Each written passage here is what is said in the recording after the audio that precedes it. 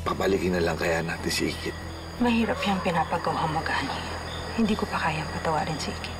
Tay, pasensya na po kayo kung hindi na po ako nakapagpaalam sa inyo ng personal. Papunta na rin po ako ng airport. Wala pa ba yung mag-aayos ng laptop? Si Badong nga nakausap ko, so ipapadala niya daw dito yung taga-ayos ng computer nila dun sa tourism. Ikaw yung technician? Bakit di siya nagpaalam sa akin? Gusto niya daw po sana magpaalam sa inyo, Ninong. Kaya lang hindi niya daw alam kung paano po kayo kausapin nga. Tsaka baka daw hindi siya payagan eh. Teka, kilala ko to. Si Victor to. Excuse me? Sinong may sabi sa'yo pakilaman mo yung files ko? Bakit may litrato ka dun sa scammer ni Ikit, ha? Yung anak ko yung pasahero. Kailangan ko siyang makausap para pigilan siyang umalis. Pero hindi ka allowed pumasok kung wala kang ticket ng aeroplano. Sandali lang eh. Sandali lang. Bawal po talaga, sir.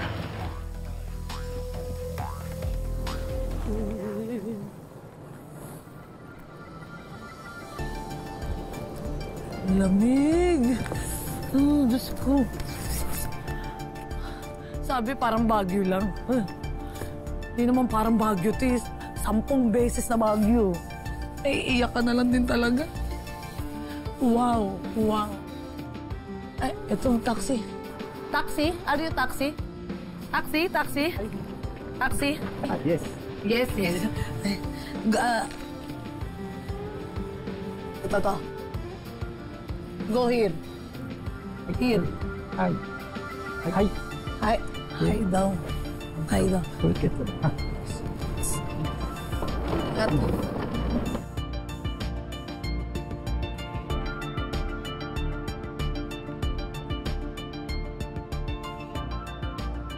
どちらまでは参りましょうか。どちらまで行きますか。はどちらまで行けばいいですか。どこまで行けば。Wait. No Japan, English only. Yes. Yes. Gona Hotel? Yes! Oo, tama. Nagkaintindihan din. I mean, hi! Hi. Nagano ka? Hi! Ay, isa pa. Hi! Hi. Hi, Anli. Hi! Hi! Hi, sensei. Kakapagod kayo kabanding. Ay, may powers na ba ako? Bumukas, may sariling buhay. Power? There is power. Huh? Ang galing! Sumara! Ay, teka. Bakit ho kayo nandyan, sir? Di ba dapat dito yun? Mali kayo na nabiling sasakyan, si Rato. Baka ang may mali, yung Pilipinas. Dapat always right, no? Ang hirap niyong intindihin dito, ha? Naku-culture shock na ako, eh. Hi! Hi. Hi! Hi!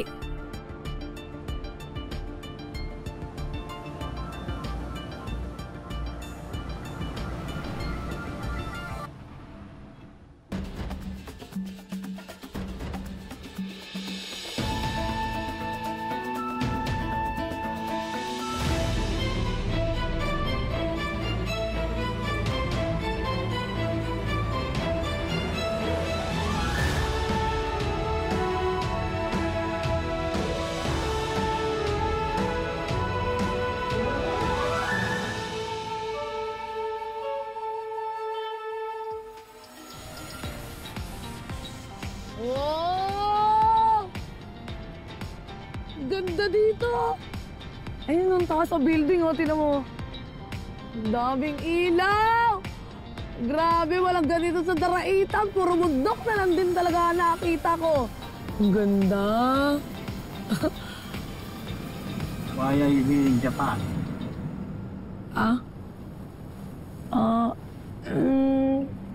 To find someone.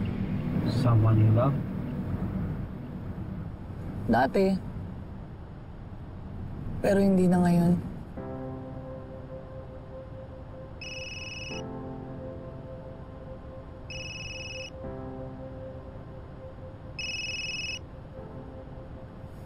Bakla. Wait, Beshi. Kanina ka pa namin hinihintay na pagalawin yung baso. Ikit, nasa Japan ka na ba? Safe ba yung flight mo?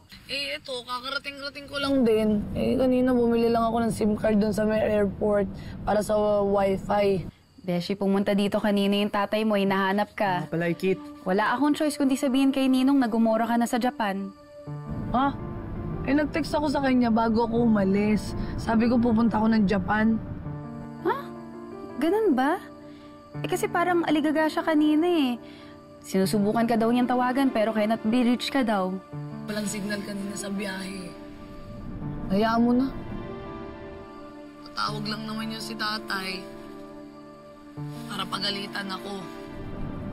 Siguro iniisip niya, ano kayang ginagawa ng Nikit? Puro kabalbalan na naman.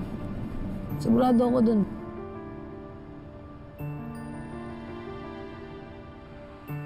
Sobra ako nakukonsensya, pare.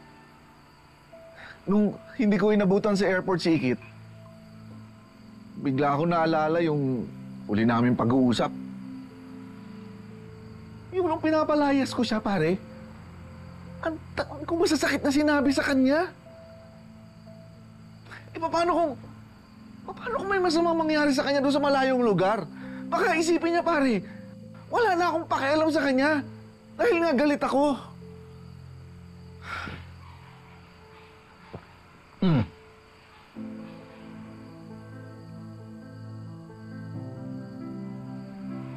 Sana na po walang masamang mangyari kay Ikit, pare. Dahil gusto ko magkaayos pa kami.